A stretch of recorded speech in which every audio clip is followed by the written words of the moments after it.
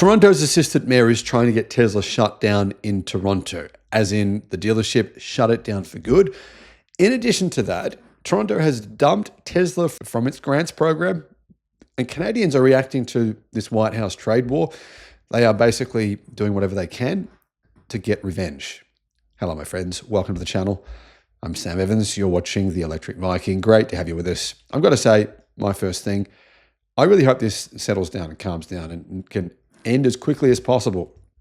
Please, I'm over it all. But I've got to let you know this news because I think you'll find it interesting. The Canadian city of Toronto has announced it will exclude Tesla electric vehicles from its zero emissions grant program for taxi and limousine owners in retaliation against Elon Musk for what the city describes as the senseless attacks against Canada from the new Trump administration. Canada, I should point out, you're not alone here. Mexico, Australia, China, we're all part of it. We're all in the same boat together. Don't feel like you're alone on an island of being threatened with crazy tariffs. We have as well. A motion put forward by Toronto Mayor Olivia Chow was passed by the council last week that excludes Tesla's EVs involved in the city's vehicle for hire sector from subsidizing their permits and licenses. It is a bit kind of sucky for people who already own those vehicles. They don't get these subsidies now that they thought they were getting. And I'm going to guess that they probably purchased these vehicles thinking, this is going to be part of my business model. I'll get this will help this part, cover this part of the business. I'll purchase this car. And now they're not getting those subsidies. Musk has emerged as a, polarizing figure, certainly because it appears he is supporting Trump. And Trump, of course, is threatening Mexico, Canada, and numerous other countries with some pretty severe tariffs. In addition to that, there's a bunch of other stuff going on, which I'm not going to get into. If you're in America, I'm sure you've heard all about it. Doug Ford, the Conservative governor of Ontario, of which Toronto is the capital, earlier this month threatened to cancel a $100 million contract with Musk's Starlink in response to the tariffs threat, saying he won't do business with anyone hell-bent on destroying the Canadian economy. I don't think that Musk himself wants to destroy the Canadian economy.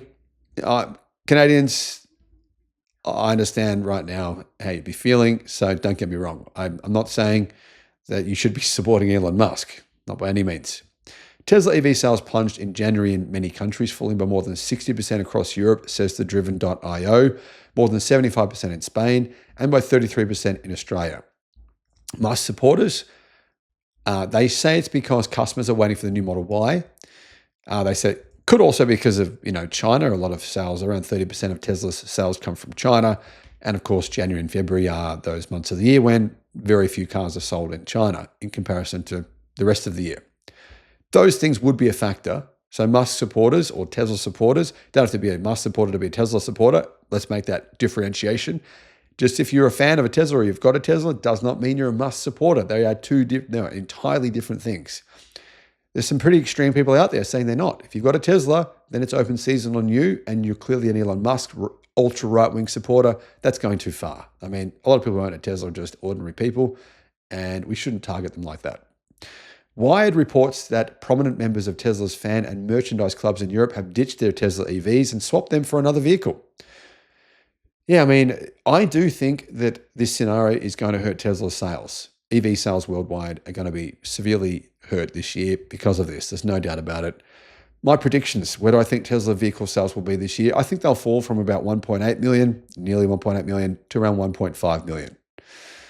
You've got to remember that there are countries like China couldn't care. Citizens of China couldn't care less about all this stuff.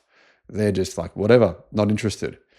So I'm sure Tesla will do pretty well in China, but they will be affected in many other countries, including Australia, particularly Western countries. The Toronto grant program is designed to incentivize taxi and limousine owners to purchase electric cars. And apparently that's now been removed completely for Tesla.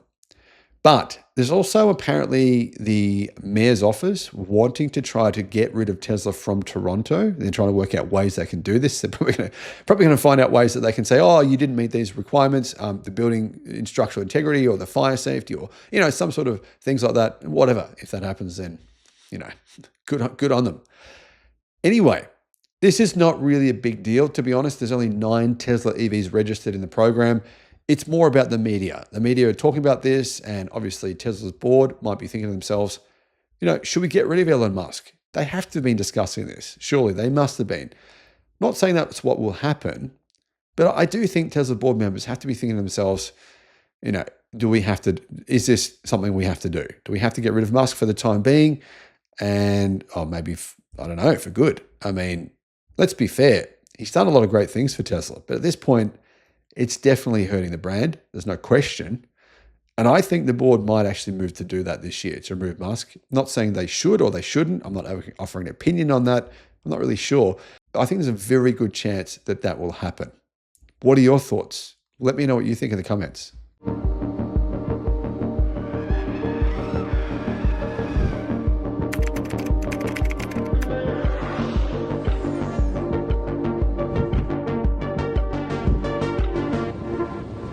The US media would have you believe that electric car sales have not increased this year. In fact, they've gone down, but that's not even true.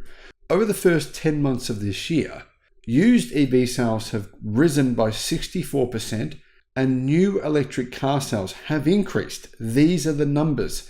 Hello, my friends. Welcome to the channel. I'm Sam Evans. You're watching the Electric Viking. Great to have you with us.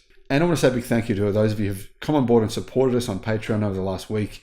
It's been a few extra people, and honestly, it makes a big difference. It's not just the small amount of money, although together it does help for sure with the channel. It's also, the fact that you guys are supporting the electric revolution, and I really appreciate that. The growth in EV sales has slowed down versus last year, but it has actually grown. Records will be broken this year for new and used EV sales in the United States. United States, yeah, I'm not just talking about China. This is the US. The shift towards selling EVs hasn't come at the speed you would expect. But, there are some really good value electric cars that have come on the market over the last few months. We've got the new Chevy Equinox EV. The base model has, real world 360 miles of range in the real world. And that's $27,500 US after the EV tax credit is applied. But even without it, it's only $35,000.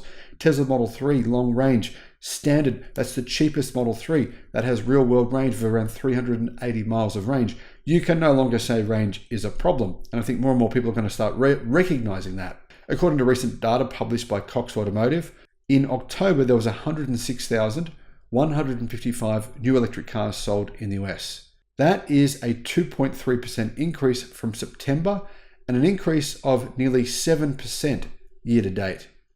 That performance means that in total, over the first 10 months of the year, so from January to October, more than 1 million new electric cars were sold in the United States. Now, in comparison to China, where 10 million were sold, it's not a huge number, but it's still pretty good. Electric models now make up a significant 8% of the entire new car market. That's an increase over last year. In October, used electric car sales grew by 40% or 39.5% versus October of last year. And new EV sales grew by 7% or 6.8% versus the same month last year. It's not the kind of growth that I was personally hoping for and expecting, but it's still growth. So the media are telling us EV sales are slowing down.